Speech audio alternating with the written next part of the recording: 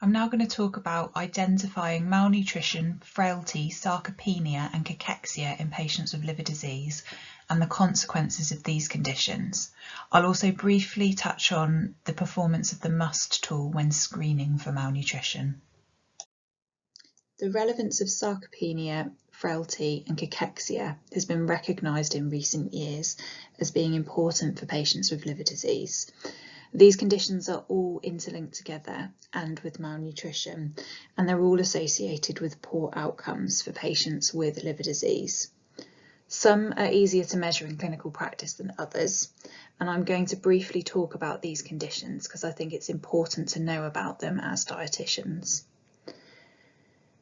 All of these conditions could easily form lectures in their own right, so I'm going to signpost you to some good review papers in case you're interested to know more. Frailty is defined as a biological syndrome of decreased reserve and resistance to stresses resulting from cumulative decline across multiple physiological systems and causing vulnerability to adverse outcomes. Patients can be robust, pre-frail or frail, and nutrition as well as liver failure and physical activity levels contribute to frailty.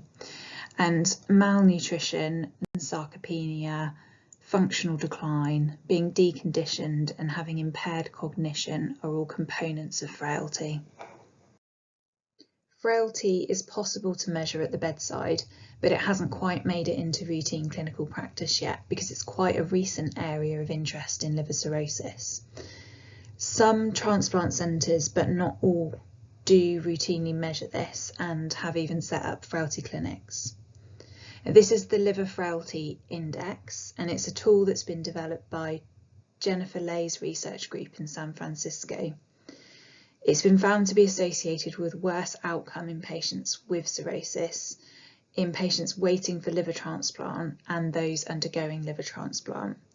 And there are quite a few other frailty tools, and some of them do also have evidence for outcomes for patients with cirrhosis. The Liver Frailty Index uses grip strength in the dominant hand, the time that it takes to do 5 chair stands, and a measure of balance by seeing if the patient can stand in these 3 positions for 10 seconds each. So now moving on to sarcopenia, which is defined as low muscle mass and low strength or low physical performance. Low muscle mass can be experienced across the BMI spectrum, and patients with obesity can have low muscle mass and sarcopenia. There's different ways to measure muscle mass in patients with cirrhosis, but the best evidence is for CT and MRI. You can see in these images we have a patient who has a low body mass index and ascites, and this is a cross-sectional image of their abdomen with their muscle in this area marked up in red. So we can see for this patient they've got quite low muscle mass, and just doing a visual inspection of this patient you would probably be able to recognise that. But here you can see we have 2 patients with an obese BMI. So this patient on the left, in their image, their CT image, the muscle is marked up in red and the fat is marked up in yellow. And if you compare this image to the CT image of the patient on the right here, you can see the patient on the right has much more muscle and less fat compared to the patient on the left. But if you looked at them, they look the same. They both have the same BMI. So it's not possible to assess sarcopenia in everybody just with the eyeball test. Another thing that's really important is the quality of the muscle. So this is illustrated with this picture of a steak, which has got a lot of fat infiltration. And if the muscle is low quality, that can also contribute to sarcopenia. We can use mid-arm muscle circumference and hand grip strength to assess sarcopenia at the bedside, and we're going to come back to these measurements when we talk about our nutritional assessment and assessing for malnutrition. And sarcopenia is really important to consider because patients with liver disease who are sarcopenic have worse outcomes, so they have lower survival rates and higher length of stay and more rates of infection. So cachexia is diagnosed with weight loss of at least 5% in 12 months or less, or a BMI of less than 20, and then 3 of 5 of the following conditions, so decreased muscle strength, fatigue, anorexia, low fat-free mass index, and abnormal biochemistry such as increased inflammation, anemia, or low serum albumin. So you can see with cachexia how it overlaps with some of these other conditions, but it also is not exactly the same as these other conditions.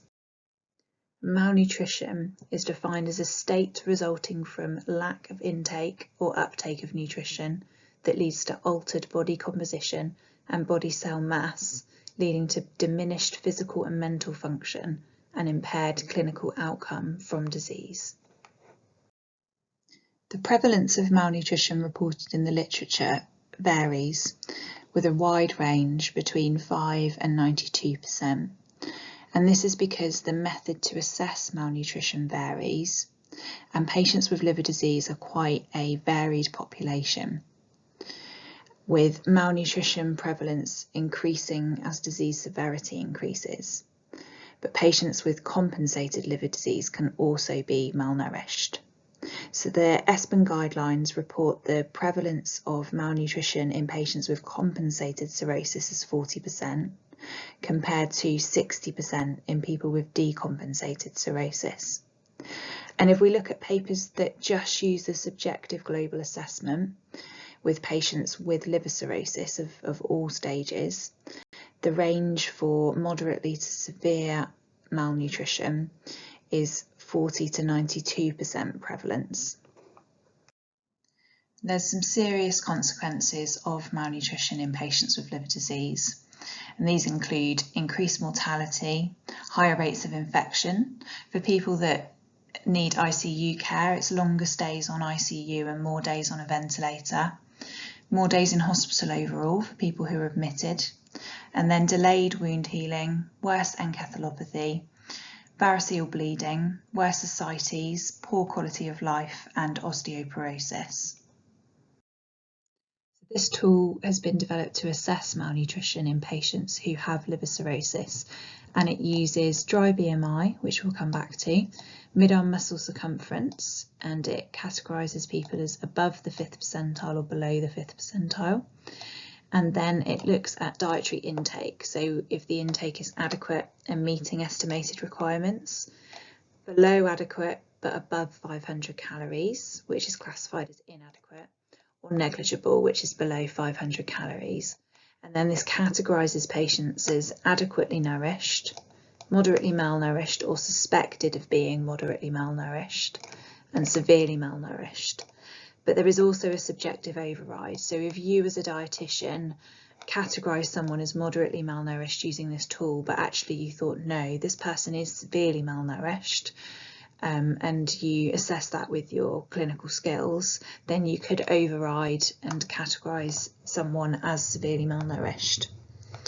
And when this tool was developed, a 4-compartment model for assessing body composition was used to validate it, and it had good external validity when comparing these nutritional categories to a 4-compartment model.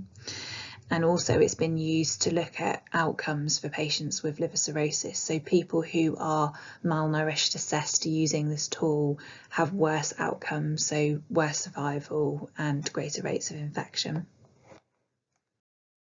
And this is a survival curve that was reported in the paper that validated this tool. So you can clearly see here that people who are adequately nourished had the best survival, and then people who were moderately malnourished had the next best survival, but people who were severely malnourished had the worst survival. Another tool that's been used for patients with liver disease and liver cirrhosis is the subjective global assessment.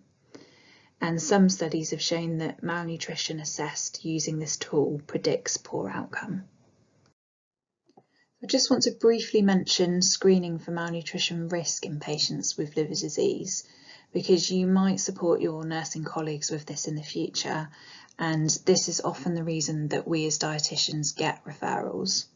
So in the UK, as you know, MUST is most widely used, but actually this doesn't have a good ability to correctly identify malnutrition risk for patients with liver cirrhosis, because it doesn't account for fluid retention.